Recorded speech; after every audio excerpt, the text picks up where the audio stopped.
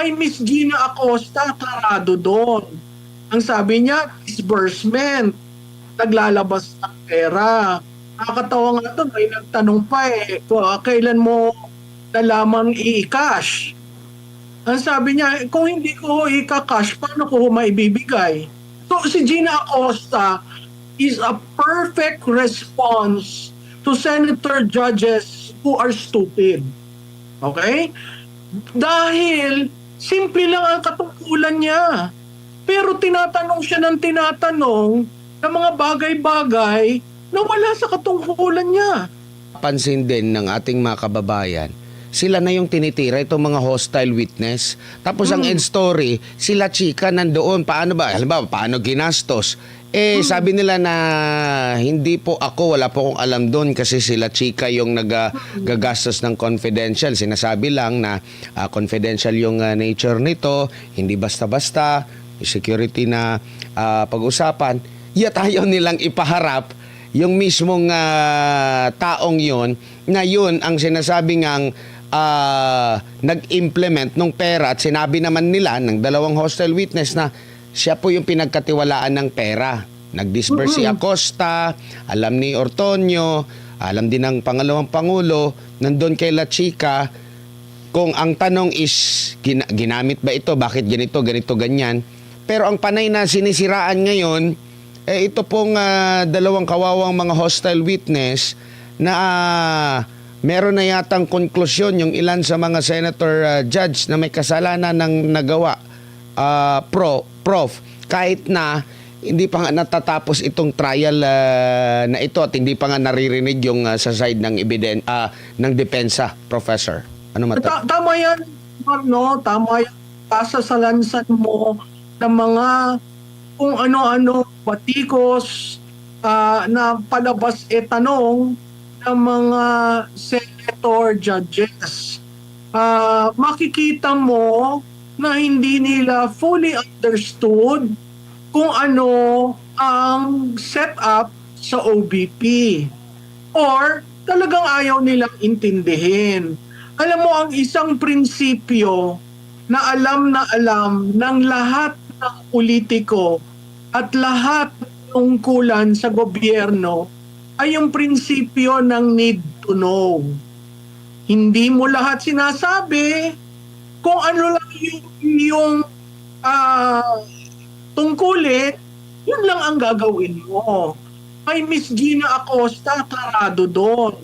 Ang sabi niya, disbursement, naglalabas ng pera. Nakakatawa nga doon, may nagtanong pa kailan mo nalamang i-cash? Ang sabi niya, kung hindi ko i-cash, paano ko maibibigay? So si Gina Acosta is a perfect response to senator judges who are stupid. Okay? Dahil simple lang ang katungkulan niya.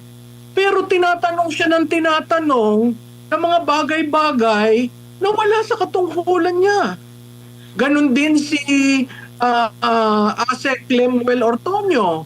Oo, Deputy Chief of Staff siya, pero hindi ibig sabihin kung Deputy Chief of Staff ka, alam mo lahat. Diba? So yung prinsipyo ng need to know o compartmentalized decision making, alam yan ng lahat na pumasok sa politika o nagtrabaho sa gobyerno. Kasi sa decision making process, iilan lang talaga ang nag-i-input sa decision maker. May kanya-kanya tayong role. Pag you go beyond that, you are going beyond your pay grade. So hindi ko maintindihan dun sa ibang mga senador na nagko-conclude na ang tatanga, ang bobobo ng mga witness o yung sinasabing loyalist ka kasi. Those are uncalled for remarks coming from senator judges. But they have said that, and to a certain degree, naging maluang si presiding officer. Ngayon, tingnan natin, susunod ba yung mga yan?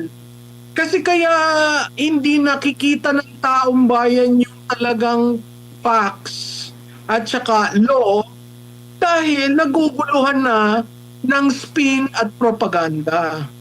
So, balik lang ho tayo dun sa ano ba ang sinabi, ano ang kanyang role. No? At ang isang bagay ko pang gustong i-emphasize, yung joint circular ay isang guideline.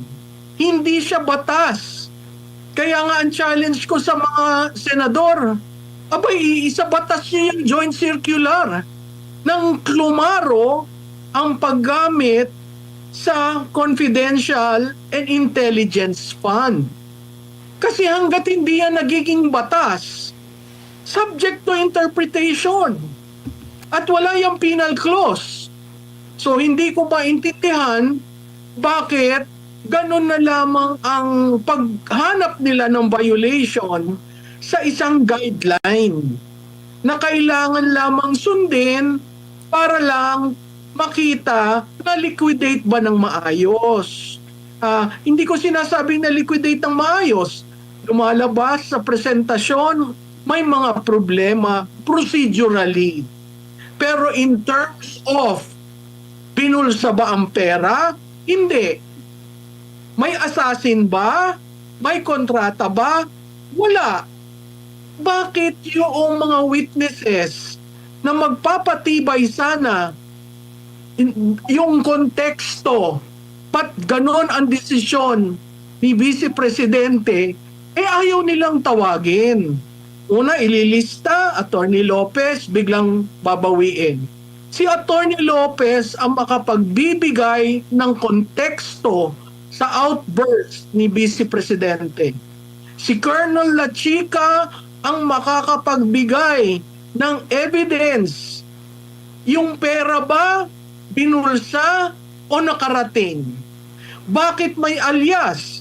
At again, I'm warning the senator judges, once you pierce the veil of confidentiality, the whole national security structure will shake.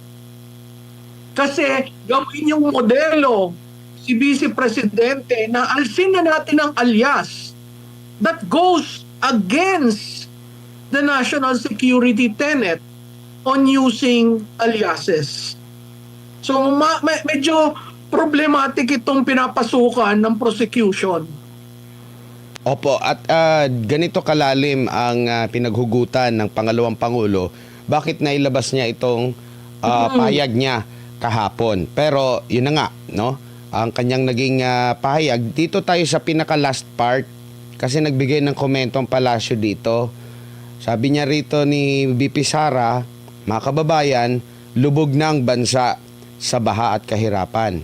Pero tila walang mananagot dahil ang impeachment, ang paghahatian, ang 2027 budget at ang paghahanda kung papaano baliin ang konstitusyon para manatili sa pwesto ang prioridad ng administrasyon at lahat ng kaalyado nito.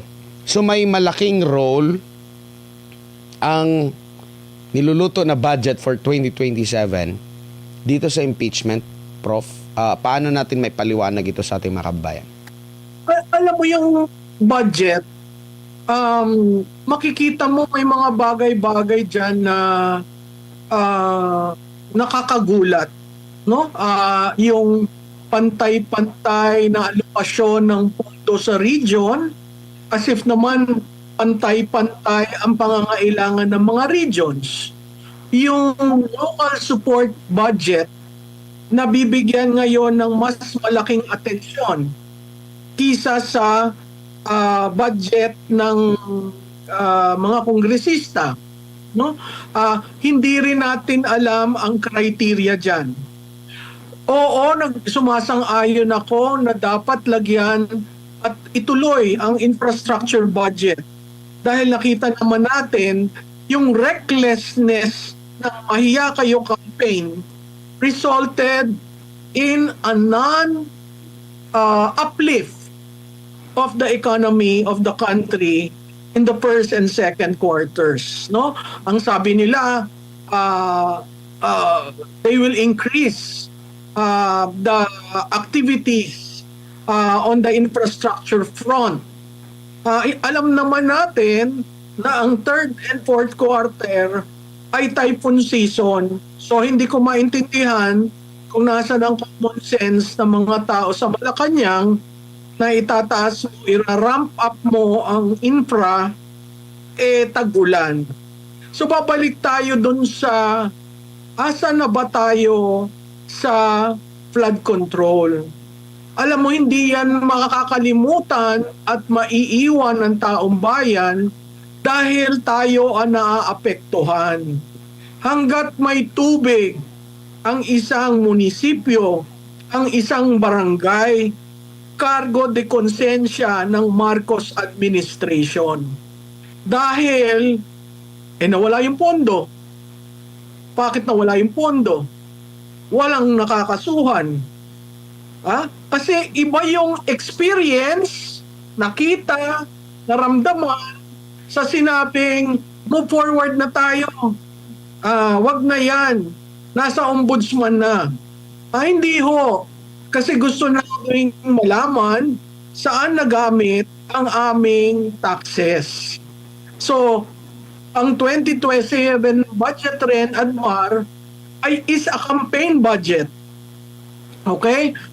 Maaga ang pasok ng kampanya dahil ang filing ng COC ay sa September 2027. That means you are left with 8 months of 2027, which is part of your 2027 budget. So, kailangan nating mas matinding bantayan ang 2027 NEP dahil ngayon pa lamang sa hearing sa House, nakikita natin may mga problema pa rin. May mga insertions pa rin sa NEP level pa lang. So, kailangan nating matuto dun sa lessons ng 2026 na kailangan matapos ang flood control mess para hindi nila maulit sa 2027. Opo, pero ang sagot naman dito ng Malacanang, lubog ng bansa sa baha at ang example daw doon ay ang Davao City. Davao City na naman po ang nasisisi po dito.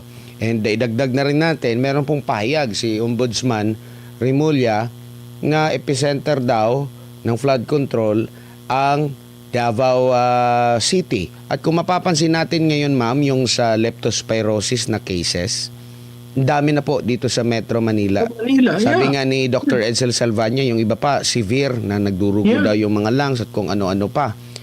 Bakit wala tayong naririnig doon sa Davao? So, saan ba ang mas malala ang baha ngayon? Kanina, nag-topic nga ako ang mga fast lanes daw nila for leptospirosis, Metro Manila at ibang mga lugar dito sa Luzon.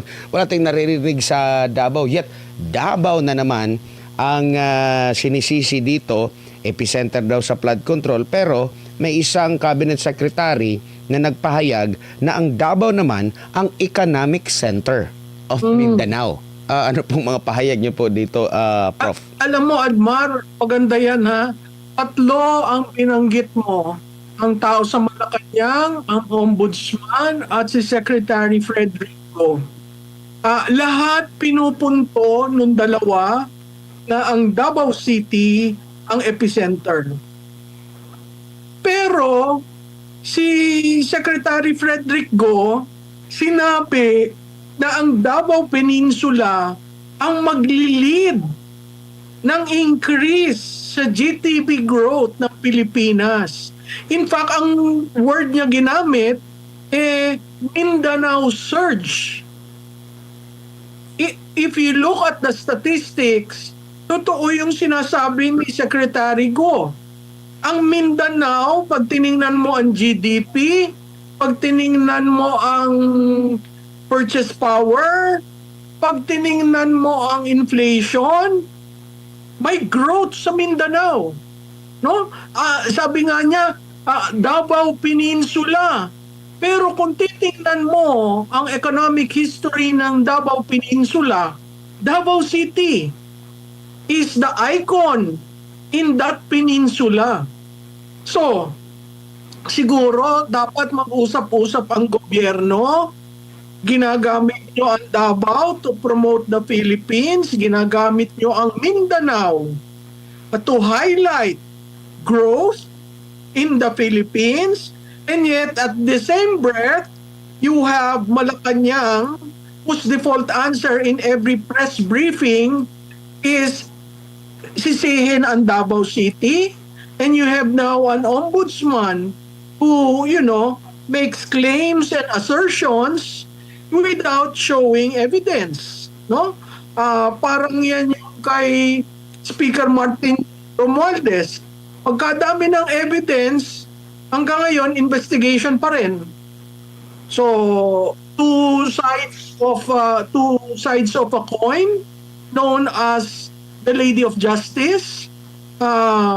One blaming everything bad in Davao, and another saying that the way for the country to increase development goals and meet its projections is through Mindanao and Davao. So, hindi ko alam kung titingnan ko lang ang datos, mas pakikinggan ko si Secretary Frederick Go. Dahil yung presentation niya before the Chamber of Businessmen, we're all data-driven. Walang spin, walang conjecture, walang propaganda. Whereas, yung taong nagsasalita na gamit ang seal ng Malacanang ay parati na lamang Davao ang sisisihin. Complete with colored documents. Yun naman kay Ombudsman, hindi ko maintindihan kung paano ang Davao ang epicenter. Itong huling 4 na taon, may mga congressmen dyan hindi naman nakatanggap ng kanilang pork barrel. If you are referring to the years of the former president, then it should make the ombudsman prepare and file cases instead of making announcements left and right, and you're just dragging everyone down.